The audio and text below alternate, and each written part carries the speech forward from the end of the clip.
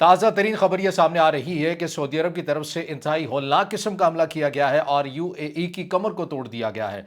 दूसरी खबर यह है कि ईरान पर फिर से हमले की तैयारी। इस हवाले से ट्रंप और नेतन्याहू ने ताज़ा तरीन बयान के अंदर क्या ऐलान किया है और सबसे बढ़कर खबर यह कि पाक फौज को क्या हुक्म दिया जा रहा है।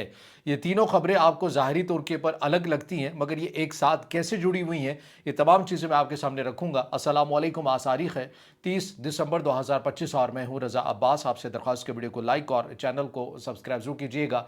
यूएई इस बात के ऊपर बाजिद है कि वो किसी भी तरह से जनूबी यमन को अलहदा एक रियासत का दर्जा दे दे और वहाँ पर अपनी लाई हुई जो तंजीम है एसटीसी उसे वहाँ पर हुकूमत दिलवा दे। और इसके लिए सऊदी अरब के साथ कशीदगी यूएई की बढ़ती भी जा रही है। सऊदी अरब इस तनाजुर में इनडायरेक्टली फिर डायरेक्टली सिफारतकारी के जरिए मुतादिद पैगाम ये दे चुका है मुत्तहिदा अरब अमारात को, और ये बता चुका है कि सऊदी अरब अपनी सरहद के पास कोई भी एक ऐसी हुकूमत को एक्सेप्ट नहीं करेगा, ना ही ऐसी किसी तकसीम को एक्सेप्ट करेगा जो कि सऊदी अरब की खारजा अमूर के हवाले से या उसकी सिक्योरिटी के हवाले से एक रेड लाइन हो। लेकिन मुत्तहिदा अरब अमारात की तरफ से सऊदी अरब के इन बयानात को संजीदा नहीं लिया गया। लेकिन अब 2 दिन से खबरें सामने आ रही हैं कि सऊदी अरब ने भी अब अपने मिजाज में जारहाना अंदाज अपना लिया है और बैक टू बैक बड़े फ़ज़ाई हमलों की खबरें भी सामने आ रही हैं, जो अभी अल जज़ीरा के अंदर और तमाम मीडिया आउटलेट के अंदर, बैन अल-अक़वामी मीडिया के अंदर जो रिपोर्ट किया जा रहा है उसके मुताबिक बताया जा रहा है कि सऊदी अरब ने इंतहाई एक अहम और खौफनाक किस्म का हमला किया है, जिसमें मुत्तहिदा अरब अमारात की इस प्रॉक्सी तंजीम को बड़े पैमाने के पर नुकसान हुआ है। यह हमला किस अंदाज में किया गया है, इसकी जो डिटेल्स आ रही हैं, बताया जा रहा है कि मुत्तहिदा अरब अमारात से एक बहरी जहाज़ बड़े सतह के ऊपर एक सामान लेकर जा रहा था, जंगी साजो सामान लेकर जा रहा था, जिसके अंदर ड्रोन से टैंक्स इसके अंदर शामिल थे, कम्युनिकेशन सिस्टम इक्विपमेंट इसके अंदर शामिल था और दीगर जो जदीद किस्म के हथियार हैं वो इस बहरी जंगी जहाज़ के अंदर भेजे जा रहे थे। और अब ये खबर सामने आ रही है कि सऊदी अरब की तरफ से यमन की जो बंदरगाह है, मुकल्ला जो बंदरगाह है, और इसी बंदरगाह को रिपोर्ट किया जा रहा है कि इसी बंदरगाह के जरिए एसटीसी को हथियार मिलते हैं बजरिया यूएई। और अब इसी बंदरगाह के ऊपर सऊदी अरब के जो जदीद तरीन फाइटर जेट्स हैं उनके जरिए बमबारी की गई है और बड़े पैमाने के ऊपर ये जो सामान जहाज़ लेकर आया था जो एसटीसी को प्रोवाइड होने थे, ये तमाम जो सामान है ये नाकारा बना दिया गया है। सऊदी अरब ने इसे फ़ज़ाई हमलों के बाद मुकम्मल तौर के ऊपर तबाह कर दिया है और ये एक बड़ी जो खेप मिलनी थी एसटीसी को, जो इस्तेमाल ही होनी थी सऊदी अरब के अगेंस्ट, उसे वक्त से पहले ही नाकारा बना दिया गया है। अब इसी तरह ये मामला खाली यमन का या मिडिल ईस्ट की हद तक ही नहीं है, बल्कि और भी कुछ बहुत पकता हुआ नज़र आ रहा है। मिडिल ईस्ट के अंदर एक बड़ी अहम मुलाकात जो कि होनी थी, जिसके ऊपर बड़े चर्चे किए जा रहे थे, वो थे अमरीकी सदर डोनाल्ड ट्रंप और इसराइली वज़ीर-ए-आज़म बेंजामिन नेतन्याहू की। 2025 के अंदर ये 5वीं मुलाकात है इसराइली वज़ीर-ए-आज़म बेंजामिन नेतन्याहू की अमरीकी सदर डोनाल्ड ट्रंप से। फ्लोरिडा में ये मुलाकात हुई है और यहाँ पर अमरीकी सदर डोनाल्ड ट्रंप की रिहाइशगाह भी है। अब यहाँ पर मुतादिद ऐसी बातें हुई हैं अमरीकी सदर डोनाल्ड ट्रंप की तरफ से, इसराइली वज़ीर-ए-आज़म बेंजामिन नेतन्याहू की तारीफ़ें भी की गई हैं और इसराइली स्टेट को ये कहा गया है कि आपने बेजा किस्म के इसराइली वज़ीर-ए-आज़म बेंजामिन नेतन्याहू के ऊपर केसेस बना के रखे हुए हैं। मैंने इसराइली सदर से कहा है कि इन्हें खसूसी तौर के पर इस्तिस्ना दिया जाए और ये तो जंगी हीरो हैं। ऐसे कुछ जो अलक़ाबात है ये अमरीकी सदर डोनाल्ड ट्रंप की तरफ से इसराइली वज़ीर-ए-आज़म बेंजामिन नेतन्याहू के लिए कहे गए हैं। लेकिन जो मैंने फोकस करना है वो गज़ा की सूरत-ए-हाल के ऊपर फोकस करना है, इस मुलाकात के अंदर से क्या निकल कर आया है, और इसके साथ मैंने बात करनी है ईरान के हवाले से। सबसे पहले हम बात कर लेते हैं ईरान के हवाले से। तो अमेरिकी सदर डोनाल्ड ट्रंप ने ईरान से मुतल्लिक ये कहा, मीडिया ब्रीफिंग के दौरान ये कहा कि अगर हमारे पास कुछ ऐसी रिपोर्ट्स आई कि हमें लगा कि ईरान ने किसी नई न्यूक्लियर साइट का आगाज़ कर दिया है और वहाँ पर अपनी जौहरी प्रोग्राम को आगे बढ़ाता हुआ नज़र आ रहा है या अपने मिसाइल प्रोग्राम को मज़ीद वसअत देता हुआ नज़र आ रहा है, तो हम फौरी तौर के पर बिना किसी ताख़ीर के ईरान पर दोबारा हमला भी कर सकते हैं। और इसे तमाम मीडिया आउटलेट के अंदर रिपोर्ट भी किया गया है। रॉयटर्स की बात करें, BBC की बात करें, दीगर जगहों के ऊपर भी बात करें। अब जो ईरान का मौक़िफ़ है वो बहुत पहले ही इस मामले के ऊपर आ चुका है। ऐसा नहीं है कि अमेरिका के सदर डोनाल्ड ट्रंप की तरफ से जो कल ये मुलाकात हुई है, चूँकि 29 दिसंबर 2025 को मुलाकात हुई है, तो कल ही ईरान की तरफ से कोई रद्दअमल आ गया नहीं, बल्कि ईरान ने बहुत पहले ही ये कह दिया था कि ईरान इसराइल 12 रोज़ा जंग के दौरान कोई एक दिन भी ऐसा नहीं गया जब ईरान ने अपने मिसाइल प्रोग्राम की जो प्रोडक्शन है उसे रोका हो। ये अभी तक उसी स्पीड के साथ जारी है। इसके साथ साथ जो अमेरिका की तरफ से ईरान की अहम जो जौहरी तनसीबात थी उन पर हमला किया गया था, उस वक्त भी ईरान की तरफ से कहा गया था कि इसमें कोई शक नहीं है कि अमेरिकी इस हमले से नुकसान तो ज़रूर हुआ है, लेकिन हमारा जो प्रोग्राम है वो जारी सारी है। तो बहुत पहले ईरान ये बता चुका है कि इसके अंदर किसी किस्म की कोई ताख़ीर नहीं हुई है। लेकिन अमेरिकी सदर डोनाल्ड ट्रंप ये कहते हैं कि हमने इंतहाई मोहलक किस्म के हमले किए ईरान की जोहरी तनसीबात के ऊपर और वो अब नाकारा हो चुके हैं। ये पॉसिबल ही नहीं है कि ईरान उन साइट्स के ऊपर अपने काम को बढ़ा सके, जबकि ईरान का ये दावा है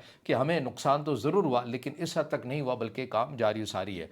अब आ जाइए मेन और असल खबर के ऊपर जो इस वक्त तमाम जगहों के ऊपर डिस्कस भी किया जा रहा है, वो गज़ा से मुतल्लिक है। और गज़ा से मुतल्लिक जो अमेरिकी सदर डोनाल्ड ट्रंप ने यह बयान दिया कि इसराइल की ज़रूरत ही नहीं पड़ेगी, 59 ऐसे ममालिक हैं जो हमास का खात्मा कर सकते हैं और उनका सभी का ताल्लुक मिडिल ईस्ट से भी नहीं है। अब इसके अंदर बहुत ज़्यादा बातें की जा रही है कि आखिरकार वो 59 ममालिक कौन से हैं जो हमास का खात्मा कर सकते हैं, पूरा बयान क्या है, ये मिनवन मैं आपके सामने रखता हूँ, जो कि अमेरिकी सदर डोनाल्ड ट्रंप की तरफ से इसी मुलाकात के दौरान की दिया गया है। और BBC उर्दू ने जिस तरह से रिपोर्ट किया है वो मैं आपके सामने रखता हूँ। ट्रंप और नेतन्याहू की प्रेस कॉन्फ्रेंस के दौरान ट्रंप से पूछा गया कि अगर हमास हथियार नहीं डालता तो अगले इक़दामात क्या होंगे। ट्रंप ने जवाब में कहा, यह उनके लिए खौफनाक होगा, मैं नहीं चाहता कि उनके साथ ऐसा हो, लेकिन उन्होंने वायदा किया था कि वो हथियार डाल देंगे। आप इसराइल को इसका कसूरवार नहीं कह सकते। अमेरिकी सदर ने यह भी कहा कि हमारे पास कुछ ऐसे मुल्क हैं जो गजा जाकर ऐसा करवा लेंगे। उन्होंने हमें कहा कि आप हमें यह करने दें अगर वो खुद ऐसा नहीं करते, यानी अगर हथियार नहीं डाले जाते तो वो ममालिक जिन्हें अमेरिकी सदर डोनाल्ड ट्रंप कोट कर रहे हैं कि उन ममालिक ने हमें कहा कि इसराइल को रहने दें, हम ये खुद जाकर ये काम करवा लेंगे, हथियार उनसे डलवा देंगे। ये अमेरिकी सदर डोनाल्ड ट्रंप ये कह रहे हैं। और फिर ट्रंप ये कहते हैं कि अगर हमास की जानिब से खुद हथियार नहीं डाले जाते तो वही ममालिक जाकर उन्हें सफ़ाई हस्ती से मिटा देंगे। ये उन 59 ममालिक का जिक्र किया जा रहा है, उन्हें इसराइल की भी ज़रूरत नहीं होगी। एक सवाल के जवाब में उनका कहना था कि तुर्क सदर उर्दगान को इस मामले में कोई शिकायत नहीं होगी।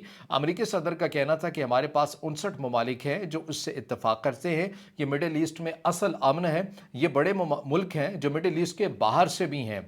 अब वो गजा में अंदर जाकर हमास को मिटाना चाहते हैं, उन्हें इसराइल की ज़रूरत नहीं, क्योंकि ये सही इक़दाम होगा। अगर वो हथियार नहीं डालते तो यही ममालिक उन्हें सफ़ा हस्ती से मिटा देंगे। अब ये बार बार ऐसी जो चीज़ें हैं ये कही जा रही हैं। और इसी दौरान एक अलग सवाल के जवाब में ट्रंप का कहना था कि इब्राहिम मुआहदा में वसी किया जाएगा और कई ममालिक इस बारे में बातचीत भी कर रहे हैं। उनका कहना था कि सऊदी अरब के इसराइल से अच्छे ताल्लुकात हैं और एक मौका आएगा जब वो भी, यानी कि सऊदी अरब भी इब्राहिम अकॉर्ड के अंदर शामिल हो जाएगा।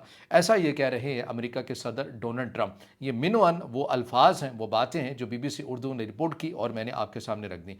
अब जहाँ पर बात आ जाती है 59 ममालिक की, और वो फिर मिडिल ईस्ट की भी नहीं है, और चूंकि पाकिस्तान के भी इस हवाले से बातें आ रही हैं कि क्या पाकिस्तान भी गजा के अंदर अपनी फोर्स भेजेगा, तो इस हवाले से जुमे के रोज़ पाकिस्तान के वज़ीर ख़ारजा इसहाक़ डार ने बड़ी अहम बातें की हैं। वो क्या बातें हैं, BBC उर्दू उनको किस अंदाज में रिपोर्ट कर रहा है, वो भी मिनवान में आपके सामने रख देता हूँ। पाकिस्तान के वज़ीर ख़ारजा इसहाक़ डार से जुमे को एक न्यूज़ ब्रीफिंग में पूछा गया कि क्या गजा में 3500 पाकिस्तानी फ़ौजी भेजे जाएंगे। उनका कहना था कि अगर हमें ये कहा गया कि वहाँ जाकर लड़ना शुरू कर दें, हमास को गैर मुसल्लह करें और उनकी सुरंगों को जाकर ख़त्म करें, तो ये हमारा काम नहीं है। वो एक मुसलमान को दूसरे से लड़ने वाली बात हो जाएगी। हम सिर्फ अमन कायम रखने और सोशल वर्क के लिए वहाँ जाने को तैयार हैं। ये पाकिस्तान के वज़ीर ख़ारजा इसहाक़ डार की तरफ से बयान सामने आ जाता है। यानी इससे इस बात के ऊपर जो रूमर्स फैलाए जा रहे हैं कि क्या पाकिस्तान उन 59 ममालिक के अंदर शामिल हो सकता है जो ऐसा जाकर करे कि वहाँ पर हथियार भी उनसे ले ले, गैर मुसल्लह करे, सुरंगों को भी ख़त्म करे। तो पाकिस्तान का जो ऑफिशियली बयान है वो पाकिस्तान के वज़ीर ख़ारजा इसहाक़ डार की सूरत में आ गया कि नहीं, अगर पाकिस्तान जाएगा, पाकिस्तान की फ़ौज जाती है तो हम एक सोशल वर्क के लिए जाएंगे, हम वहाँ पर किसी से हथियार लेने या लड़ने के लिए नहीं जाएंगे। अब कुछ तज्ज़ियाकार हैं, जैसे पाकिस्तान की एक्स एम्बेसडर भी रह चुकी हैं मलिहा लोधी साहिबा, जब उनसे एक सवाल पूछा गया कि पाकिस्तान के लिए किस हद तक कितना आसान और कितना मुश्किल होगा, तो उन्होंने एक कोट किया कि देखिए कि लेबनान के अंदर सूरत हाल कुछ ऐसी ही है। लेबनान इसकी बेहतर एग्जाम्पल है कि वहाँ पर UN के जो अमन दस्ता है वहाँ पर तैनात है, लेकिन उस अमन दस्ते को भी निशाना बनाया जाता है। तो अगर पाकिस्तान की फ़ोर्स इस अमन पीस के प्लान के तहत चली जाती है और पाकिस्तान के किसी भी सिक्योरिटी जवान की शहादत हो जाती है, उसके ऊपर कोई हमला होता है, तो फिर पाकिस्तान का क्या रद्द-ए-अमल होगा? पाकिस्तान किससे जाकर लड़ेगा अगर कोई ऐसी सूरत हाल होगी? क्योंकि लेबनान के अंदर भी कोई ऐसी सूरत हाल है। वाकई सवाल तो बड़ी अहमियत का हामिल है कि अगर खुदा न खासा वहाँ पर पाकिस्तान की फ़ोर्स चली जाती है और पाकिस्तान की फ़ोर्स को अगर कोई निशाना बना देता है, तो पाकिस्तान पर रद्द-ए-अमल में क्या करेगा? ये पाकिस्तान के पास ऑप्शन क्या हो सकते हैं? तो सूरत हाल इंतहाई अहम भी है, हसास भी है, लेकिन पाकिस्तान का जो सरकारी मौक़िफ़ है वो यही है कि हम जाना चाहते हैं, लेकिन हम सिर्फ सोशल वर्क के लिए जाएंगे, इंसानी इमदाद की बुनियाद के ऊपर जाएंगे। हम किसी से लड़ने के लिए नहीं जाएंगे, ना ही किसी से हथियार लेने जाएंगे। और ये ज़ाहिर है जो पाकिस्तान का जो ऑफिशियल स्टेटमेंट है, हमें भी उसी पॉइंट ऑफ व्यू से रहना चाहिए। और इसके साथ साथ जो एक और जो खबर अभी तक गैर मुसद्दक़ा है, लेकिन कुछ मीडिया के अंदर या आज़ाद ज़राए इसको रिपोर्ट कर रहे हैं कि अगर मुमकिन तौर के ऊपर ईरान और इसराइल की कशीदगी मज़ीद बढ़ती है, तो सऊदी अरब ने इनडायरेक्टली या डायरेक्टली ये पैगाम अमेरिका तक पहुंचाया है कि अगर मिडल ईस्ट के अंदर दोबारा ये बड़ी जंग छिड़ती है, तो इस बार हम गैर मशरू जो है वो मुमकिन तौर पर ईरान का साथ भी दे सकते हैं। जैसा कि मैंने कहा कि सरकारी सतह के ऊपर ऐसी चीज़ें सामने नहीं आ रही, लेकिन कुछ ऐसे ज़राए हैं जो इन तमाम चीज़ों को कवर करते हैं, अनऑफिशियली खबरें शेयर करते हैं, वहाँ से उन ऐसे प्लेटफॉर्म से ये खबरें सामने आ रही हैं कि सऊदी अरब ने भी ये बात की है। तो मिडल ईस्ट के अंदर बहुत तेज़ी के साथ बहुत कुछ बदलता हुआ आपके सामने नज़र आ रहा है। बिलखसूस सऊदी अरब वर्सेस यूएई की बात करें, और फिर ईरान इसराइल टेंशन की बात करें, उसके अंदर अमेरिका की भी बात करें, ये तमाम वो चीज़ें हैं। और इसके अंदर पाकिस्तान का जो मिडल ईस्ट के अंदर जो किरदार है वो एक बार फिर से नुमायाँ और बढ़ता हुआ जा रहा है। पाकिस्तान के लिए चैलेंजिंग भी है कि अगर पाकिस्तान गज़ा के अंदर अमन फोर्स भेजता है, तो उसमें पाकिस्तान की आवाम की तरफ से भी एक प्रेशर होगा। पाकिस्तान की आवाम इसको किस अंदाज में लेती है और रियासत के लिए किस हद तक कितना आसान और कितना मुश्किल होगा। आपके ख्याल में आपको क्या लगता है कि पाकिस्तान की फ़ोर्स को या पाकिस्तान की फ़ोर्स से क्या आलमी ताकतें काम लेना चाह रही हैं? क्या वो यही काम है कि वहाँ जाकर किसी से हथियार लेने हैं, सुरंगों का खात्मा करना है, या फिर पाकिस्तान इसी हद तक महदूद रहेगा कि हम सिर्फ और सिर्फ सोशल वर्क तक ही महदूद रहेंगे? आपकी क्या राय है? ज़रूर कमेंट में ज़ाहिर ख्याल कीजिएगा। वीडियो को लाइक कीजिएगा, दोस्तों के साथ शेयर कीजिएगा और इस चैनल को ज़्यादा से ज़्यादा सब्सक्राइब भी।